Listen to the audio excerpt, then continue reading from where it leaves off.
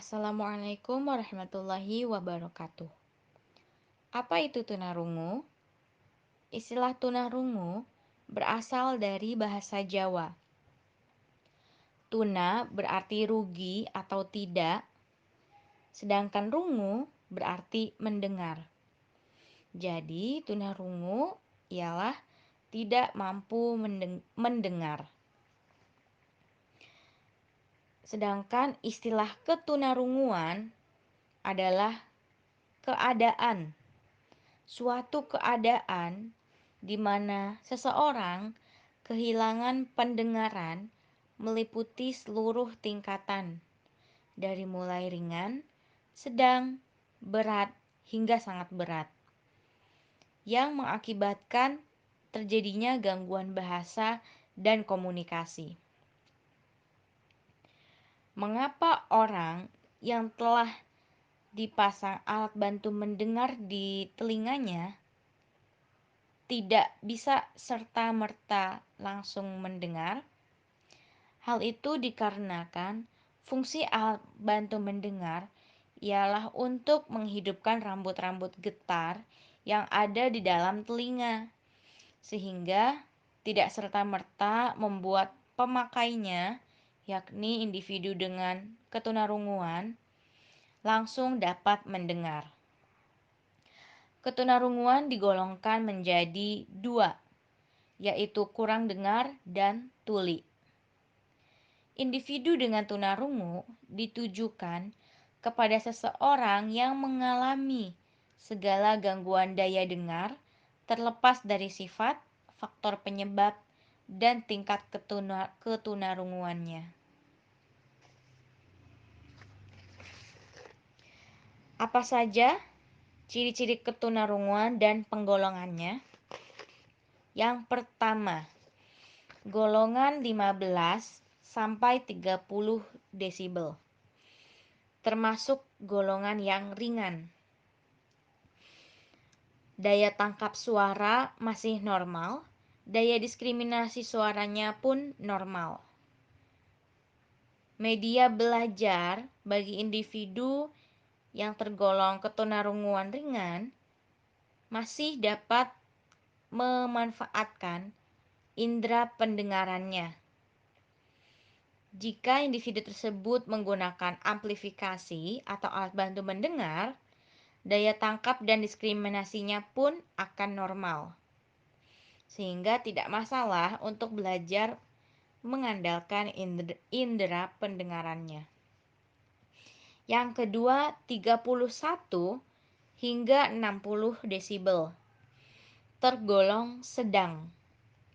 Individu yang dalam golongan sedang ini, jika tanpa amplifikasi atau tanpa alat bantu dengar, daya tangkap suaranya hanya sebagian. Daya diskriminasi bunyi-bunyian dan suara bisa hampir normal jika menggunakan amplifikasi. Lalu untuk individu di golongan ketunarunguan sedang, mereka belajar dapat melaksanakan proses pembelajaran dengan menggunakan indera pendengarannya dan dibantu dengan indera penglihatan. Jika individu dalam golongan sedang ini menggunakan amplifikasi, maka daya tangkap suara mereka akan normal dan daya diskriminasi bunyi-bunyiannya hampir normal. Mereka pun masih bisa belajar dengan menggunakan indera pendengaran. Lalu yang ketiga, 61 sampai 90 desibel. Ini tergolong ketunarunguan berat. Jika tanpa amplifikasi, daya tangkap dan daya diskriminasi suaranya tidak ada atau tidak berarti. Jadi, individu dengan ketunarunguan golongan berat ini belajar atau melaksanakan proses pembelajaran dengan menggunakan indera penglihatannya.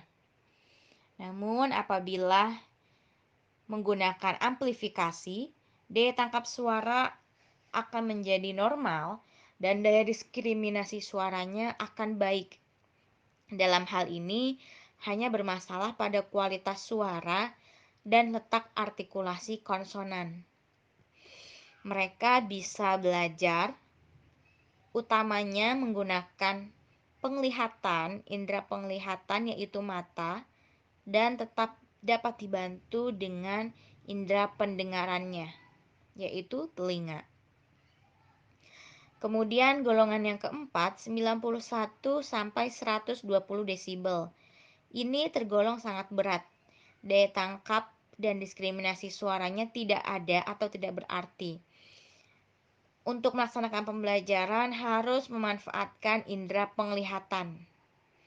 Jika menggunakan amplifikasi, daya tangkap suaranya hanya terdengar sebagian dan daya diskriminasi suaranya tetap masih buruk. Mereka hanya mengenal intonasi dan diskriminasi bunyi-bunyi bahasa tertentu saja. Tentunya individu dalam ketunarunguan sangat berat ini mengandalkan indera penglihatannya sebagai media untuk membantu mereka dalam belajar. Tapi mereka tetap bisa menggunakan indera pendengarannya sebagai bentuk memaksimalkan fungsi pendengaran yang masih tersisa. Lalu yang terakhir, golongan ketunarunguan total, yaitu 121 desibel ke atas. Golongan ini tanpa amplifikasi maupun dengan amplifikasi, daya tangkap dan diskriminasi suaranya tetap tidak ada atau tidak berarti. Dan sudah jelas mereka mengandalkan indera penglihatan sebagai media utama dalam mengikuti proses pembelajaran. Demikian pembahasan kita hari ini. Semoga bermanfaat. Wassalamualaikum warahmatullahi wabarakatuh.